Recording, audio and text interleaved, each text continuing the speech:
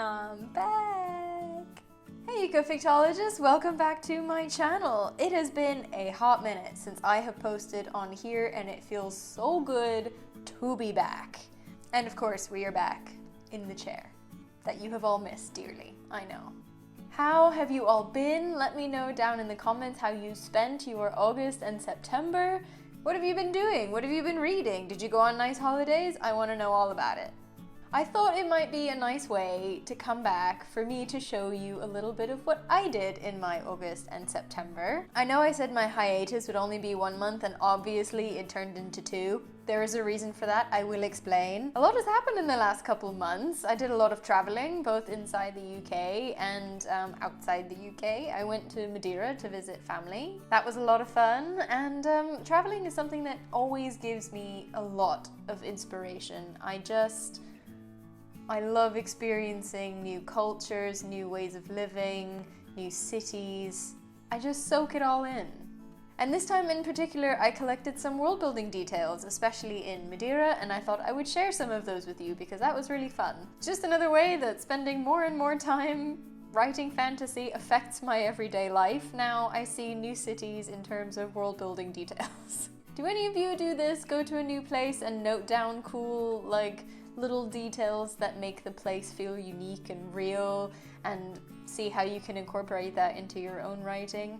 If you do, please let me know. If you think I'm weird, you can let me know that too. But let's get going and let's go in chronological order of what I did. First stop was the Lake District, which is round about here on the map of the UK. I spent lots of time with family. I saw some of Britain's beautiful countryside. We also turned Max into a mountain dog. For those of you who don't know, this is my dog Max. He's a rescue dog from Italy. And because he's a rescue dog and he's about 5 years old, we don't really know what his previous experiences were.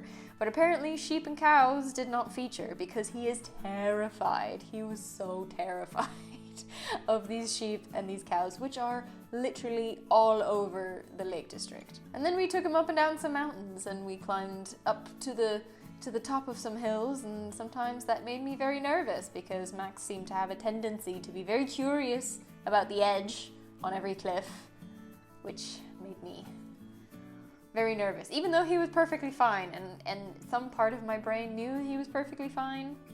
Other parts of my brain were freaking out. Then we went down south to Pembrokeshire in Wales, which is just stunning. It was really beautiful countryside and coastline. We went for a week-long family holiday, so that was really lovely. We went to a festival with friends. The festival was called Greenman. It's also down in Wales. That was a lot of fun. I was slightly overwhelmed, not gonna lie. I'm not used to 30,000 people in one place. But everybody had to prove vaccination or a negative test, so they made it as safe as they possibly could. We heard great music, we saw friends we haven't seen since before the original lockdown, which seems like a lifetime ago. We had so much food. It's like the best part of festivals, right? All the food trucks, of course. So I really loved that, and there may or may not now be a festival in my book. Because, I mean, I have a music-based magic system. Kind of need a festival, don't I? So world building detail number 1, festival. After a few weeks at home, recovering from our exhausting holiday, I took a trip to Madeira to visit my family. And this is where I really consciously collected world building details. I think I've been doing it kind of subconsciously for a long time, but now I was consciously noting down world building details for this video. So this is where the idea for the video came from. When I read a fantasy novel and we go to a new place, or even, not even just a fantasy novel, but any novel that has kind of a sense of place, it's sometimes those tiny little details, maybe they're only mentioned once, but they make a place feel lived in, they make a place feel real. So what did I see in Funchal, the main city in Madeira? This was a building that I didn't really notice, and then my mum pointed it out to me, and she said that back in the day, genteel ladies would sit in that little house on top, and they would eavesdrop on all the conversations that were happening on the street corner. So they were these, well-mannered, well-bred ladies, and they were actually really well-informed about all the topics they shouldn't know about, quote unquote. And I just love that. Imagine what you could do with like a gossip or a rumor network that goes through all levels of society. And of course, every time it reaches new ears, it changes, like Chinese whispers. And it's actually run by these genteel ladies who just know everybody's dirty secrets. And I could just imagine a story where they, come out of the woodworks as having like a spy network. It sent my imagination wild. Again, walking through the streets, I might not have noticed this, but some houses had these double layers of roof tiles, and some even had 3, and some only had 1.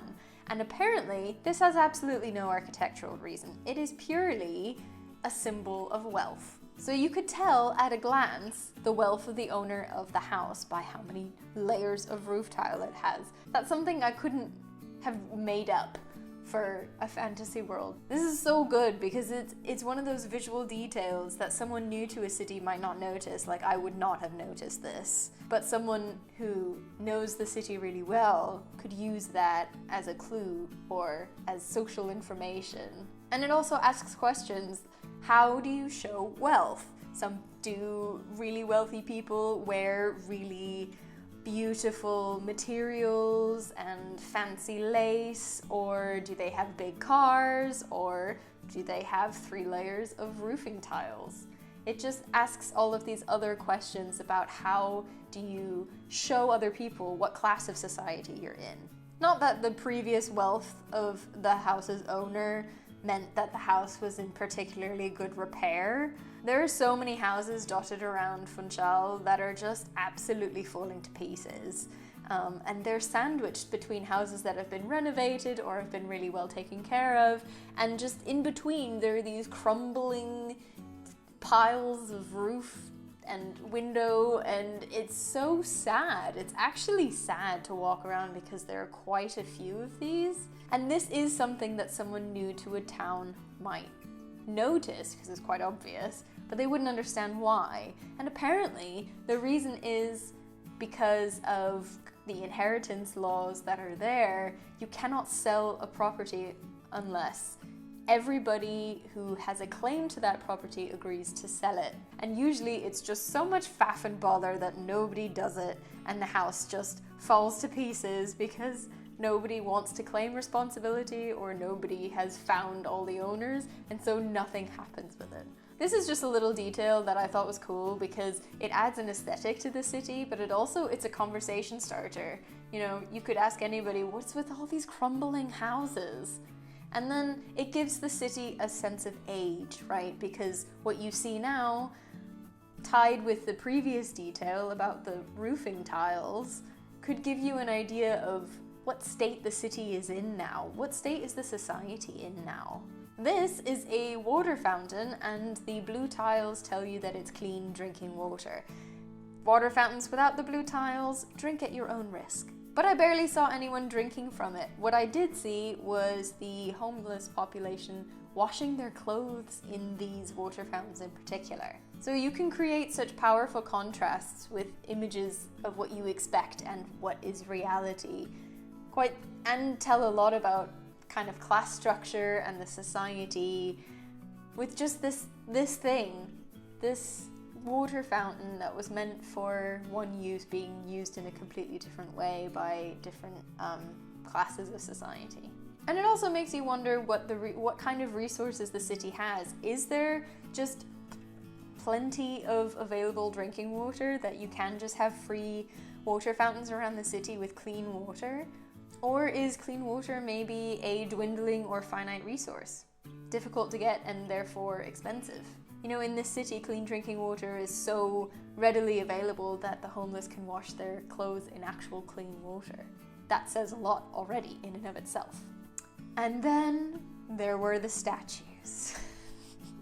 There are quite a few statues dotted around Funchal, and statues are so fascinating. They make you think, who are the heroes in this society, right? Who do they want to immortalize? most of the statues in Funchal are people who came to visit who are of note, or they spent a lot of time there, or people who were born there and then went out into the great wide world and made it big and became famous. This one is of Ronaldo, the famous footballer who is from Madeira, and well, they love him. They absolutely love him. There are several statues of him dotted around. He has a museum because he's their big famous person. And it makes you wonder, yes, who are their heroes, but also he's a footballer. What sports do they play in this world, in this city, in this society? And what kind of celebrity status do athletes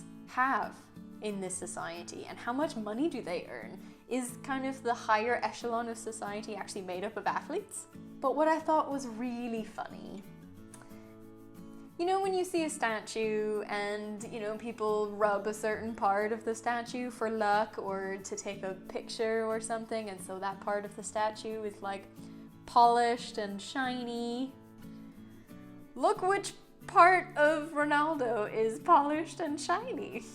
I mean, if I can't put this detail in my book, is it even going to be worth reading? I need to have a statue with this backstory. Even if it's only 2 or 3 sentences on a page and is never mentioned again, I want a celebrity statue with a shiny crotch. Make of that what you will. There were, of course, lots of other world building details that I noted down from my time in Madeira and all of these other places, but I think that's enough for now. I think you get the picture, and now I'm super curious as to what kind of details you collect when you go traveling. And also, when you read a book and read about a place, what kind of details make it feel real to you? Okay, so that gives you a bit of an idea of kind of the fun and fancy free part of my 2-month hiatus that was supposed to be 1 month. And the reason that it became 2 months is because of the slightly less easygoing thing, but which is a huge, massive, enormous achievement for me. I have finally handed in my PhD thesis. It's done. I have submitted it. I have a bit of a break from that. Of course, not a real break because there is no rest for the wicked, but I have a break from that for a couple months until my defense, so I can just kind of not look at it for a minute. And it's huge. It hasn't quite sunk in. This happened last week, but it's big. I have no words. I have no words for this because this is something I've worked towards for 4 years, and you know, most of my friends around me are also working towards their own PhD submission. And now it's done and I'm kind of like, well, now what? But don't worry, I'll go find things to fill my time. But yeah, it's in, and I don't really know what to say about it. I'm really proud of it, and I'm glad it's done. One thing I can say is you will probably learn quite a lot about it from the book that I'm writing, so eventually, whenever this book sees the light of day, you'll probably learn some stuff about population dynamics and ecology and evolution and dispersal, because write what you geek out about, right? And if I don't geek out about the topic of my PhD thesis, then what do I geek out about? So that's my big announcement. That's the reason it was 2 months instead of 1 for my hiatus. So that's me now. I'm done. And I think that's all for me for today. It feels so good to be back. I'm so happy to see you, and let me know all your thoughts on all the stuff I've said. I know I've just kind of spewed a lot of stuff at you. Yeah. Talk to you in the comments, and I will see you next week, Ecofictologists.